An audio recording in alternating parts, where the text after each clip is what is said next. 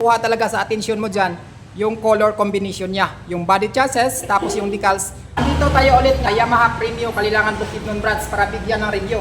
Etong si Yamaha WR155 na 2025 model. So ito na yung pinakabagong version ni Yamaha WR155 mga idol. So tingnan natin kung anong meron sa yung technical specs niya, yung features, kung anong nilagay dito ni Yamaha. Pagdating dito sa pinakabagong version nila, alamin na rin natin kung magkano nga ba ang motor na to ngayong buwan na to. Cash niya, yung installment, tapos yung down payment. Malapit ka lang dito mga idol no, sa Kalilangan Bukidnon at naghahanap ka ng pang off-road na motor. Available dito yung WR155 nila. So tingnan natin ngayon or ikutan natin ang motor na to. Ito naman yung kabuang locks ni Yamaha WR155. Yung kukuha talaga sa atensyon mo dyan, yung color combination niya. Yung body chassis, tapos yung decals. Paano nila ito?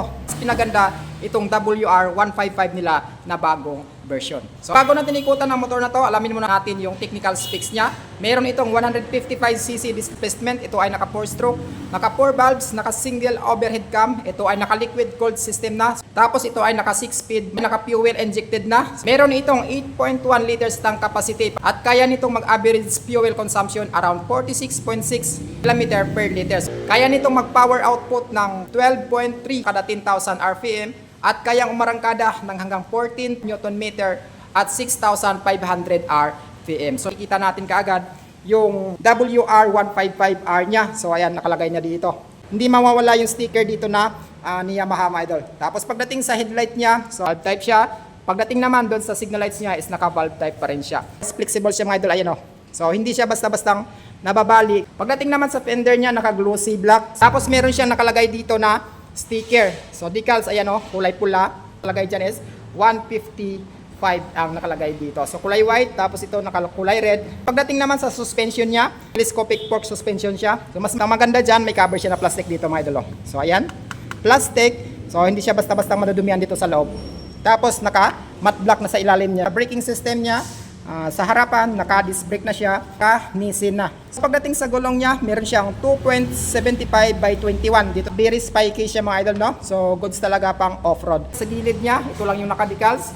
Walang iba naka-sticker dyan, maliban dito sa, ayan, WR155R. So naka-white, tapos dito naman sa ano niya, meron siyang red, tapos cyan blue na nakalagay. So ang ganda ng combination nito mga idol, no? Kahit nga sa body chassis niya, kulay cyan blue din siya. So maganda sa mata. Pagbaba mo sa ilalim mga idol, no, makikita natin yung pangalan dito ni Yamaha. So ito yung horn niya mga idol, no, open na open. So malakas talaga yung buga nito. Pagdating dito sa pipe niya, sa cambio banda, so, meron na siyang guard. Habang tumatagal, umiinit yung makina. So kapag uminit yung makina, may tendency talaga na iinit din yung tambotso. So kaya nilagyan dito ng guard para yung paa mo, hindi siya basta-bastang mapapasok. Pagdating sa ilalim, dito naman yung ano niya, shifting niya, meron itong 6-speed. So pagdating naman sa paka ng driver, natutupi siya. So in case na bumangking ka at sumaya dito sa lupa, magtutupi na siya, so, babalik din kaagad siya mga idol. Pagdating sa body chassis niya, ito siya mga idol. So naka-cyan blue yung color combination niya mga idol. Tapos dito sa gilid niya, makikita natin dito parang carbon finish. So naka matte black lang yan mga idol. Tapos dito sa gilid, dito banda sa likod, naka-glossy yan, glossy black, glossy white, tapos na ito nakalagay yung BBA or variable valve actuation. So dito naman balik ng cyan blue, tapos red or may gray. So yan mga idol. Pagdating dito sa muffler niya sa likod, may guard na rin siya na plastic. So sa paka naman ng angkas mo, tapos natutupi siya mga idol. So, at ang maganda dyan, may harang na dito or may guard na dito para hindi basta-basta papasok yung paa ng angkas mo dito banda sa gulong niyan mga idol. No? Meron siyang side stand na ordinary. Pagdating naman sa suspension niya sa likod, so ayan, nakakulay dilaw, monoshock absorber yan mga idol, no? Pagdating naman sa gulong niya dito sa likod, spiky rin. So goods na goods ta. Naidaan mo talaga sa mapuputik or mga lubak-lubak na daan, goods na to mga idol. Tapos pagdating naman sa gulong niya, sa sukat, 4.10 by 18 size. So dito sa likod niya, ayan, makikita natin yung signal light niya, naka bullet type, tapos naka bulb type siya mga idol. So ayan, bulb type. Tapos meron siyang reflector dito. So ayan. So dagdag visibility yan pag gabi. Tapos ito naman yung fender niya sa likod na pwede mo paglagyan ng ng plate number. So plastic siya na matibay mga idol, ayan o. Tapos pagdating naman sa taillight niya, ito yung mukha niya, maliit lang siya. Tapos naka valve type din. Makikita mo dito yung sticker ni Yamaha pa rin. Tapos ang sticker niya dito na pangalan na Yamaha. So sa kabila niya naman, so same din mga idol, no? Kung ano yung decal sa kabila Ganon din yung decals dito. At so pagdating naman sa braking system niya sa likod, so ayan, naka-disc brake din siya mga idol. Tapos yung caliper nito is naka-pinsi na siya. Tapos pagdating dito sa gulong niya mga idol, no, yung brand pala nito, naka-IRC na siya. Sa upuan niya, makikita natin dito, meron siya hawakan. So pwedeng humawak dito yung angkas mo, dito yung tapos dito naman yung driver. Naman yung tangki niya, bukasan ng tangki niya. Again mga idol, no, ganyan mo lang yan. Tapos susian mo.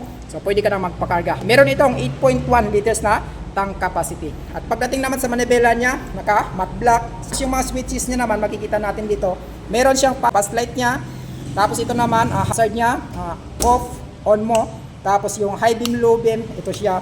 Tapos pagdating naman signal lights niya, ito left, right at yung horn niya, ito naman sa kabila. Pagdating naman dito sa kanang bahagi, meron lamang siyang engine kill switch. Lamang siyang starting system na electric start. So wala siyang backup na kickstart. Pagdating sa meter panel niya, naka-fully digital na siya mga idol, no? Ayan. Tapos makikita natin dito yung mga indicator neutral, left and right. Meron ditong high beam, low beam, battery indicator. So temperature indicator mga idol, andyan na rin. So ang pangalan ni logo niya Yamaha, nandito rin siya mga idol. Hindi yan na wawala. So kung interesado ka dito sa Yamaha WR 155R, ito naman yung presyohan niya ngayong buwan na to. So meron lamang siyang 173,800 pesos pagdating sa cash niya. Tapos sa down payment niya 20,000, sa loob ng 1 year is 16,600. At pagdating naman sa 24 months is 9,690.